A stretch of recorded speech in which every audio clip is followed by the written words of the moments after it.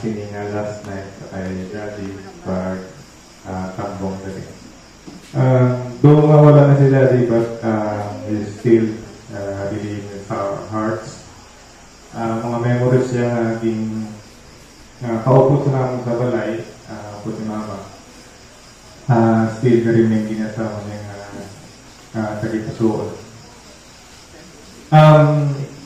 Kalita ko kami ni plano ni Daddy ang nagkakabuhay siya. Nag-share ko siya sa akong mga kabudlayan while nag-work ko sa BPO. Duty ko kong gabi. Very, ato na siya, malansindiyo ang sinaklase naman.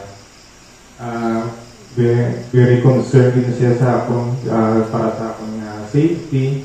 Travel ko kada gabi. Hindi ka na malikawan na ang shifting plus ang sa call centers.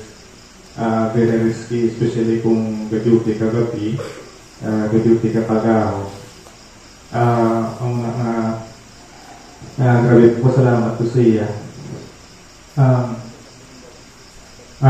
Gusto ko na i-share no ng one time or the last 1 year. Isang time na accident ko sa motor. Duty ko itong mga alas 10 ng gabi. Nagaling ko sa balay. Na-accident ko doon sa may dilating niya. Pero lapit-lapit ng gigya. Tapos sila ang dilating niya. Accident ko sa motor. Put na extended yung na balik yung kamot. That time, gipaminsan kung anong ilan. Hindi sila mag-worry. So, nag-decide ko yung personally na hindi magbalik sa balay. Nag-reach ko sa obrahan. Kaya gusto ko hindi sila mag-worry sa ako. Gagagrive ko yung waran na gaya akong kamot ka ang walang ginayo. Hindi ko yung alis sa total. Kaya balik yung kami ka nag-disiderin ko yung mga diretso sa obrahan. Nabala nila ni Mama ni Daddy isang nag-text ang Riverside si Mama nga may x-ray nga result ipabalo si Mama. Ikimutan ko yung contact detail. Do mga after 2 days or 3 days na to dito sila dito na mga time na nag-worry sila. Kaya dito ko sa Bacolod kasi sila din dali-dali man sa contact, kumusta ko mangkot kasi kumusta yung mo kamot bago lang kami kabalo isa akong paminsaran na hindi ko sila gusto mag-worry nga nakapong nag-isa ko until na naulian na ako ng kamot. So, grabe na ako mga pagkasalamat. Kalita mo na kung accident sa motor. Si dati kita ang nag-exapo na maghalong bipirmi. Pero, as sa bata, naisindi mo man ang reaction balas ng parents mo. Grabe ka. Very cool dati ka kasama. Haling sa una. Sabi yung argument kami ni Mama sa balay, si Daddy kinagapat kong kasama. Si Daddy mabala na intindihan ng si Mama ko. So, may kasubo ka part sa akin kasama ni Mama. Kasi tatlo na kami sa balay. Kami binuligay. Kung ni Mama pa, siya yung basto ni Mama. Ang pagka-milestroke ni Mama, si Daddy biglang full time sa pag-care ni Mama sa milestroke ni Mama. Dahil ako, higaw para ako, bully ko pinactually sa ilan ng mga maintenance. May times man na why ko ka pulit sa ila, kung kalimited sa ako na pahuway ko lang. Sigamba na si Daddy na magtulog at bawi ka tulog. Mga pirmi, ginambal sa tiyan akong obra. Hindi basta-basta walang pulaw. Kung ginambal sa akong magpahuway, magbawi, hindi tulog. Hindi pagbabayi mong pawalin mo. So, dako salamat ako sa akong amay. Ito mga grabe yung pagpalangkat sa akong ni Mama. Tapos ka na nung pagpudlay, kung pala nga, aram do gumasakit sa, pero hindi siya makita siya ng itsura, siya ang mata. Wala yung ginapakita sa amin. Kaya hindi man sa gusto mamawuri kami ng itsura. Especially si Mama. So,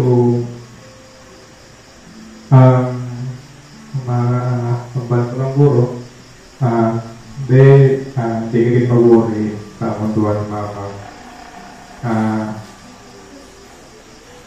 Kapag kami paupot ka magyapon na akong not physically but harap agad sa amon bilang pagkakasuot. Hindi ka mag-worry sa panimalan harap ko nga akong mahikot sana. Salamat man sa tanan mga gitsuglo sa akon mga maayong mapunta akong ginakapagdaloon din at naging magkapamilya ko at magtigulang ko. Though sometimes nga yara duwala taga-banding duwala ko kabanding o konsimo sa panglakaton sa mga like sa mag-worship ka sa ibang lugar. Kapay nga tatugos ng Ginoo nga nga tagikusuot ka. Wala ako pumalo kasi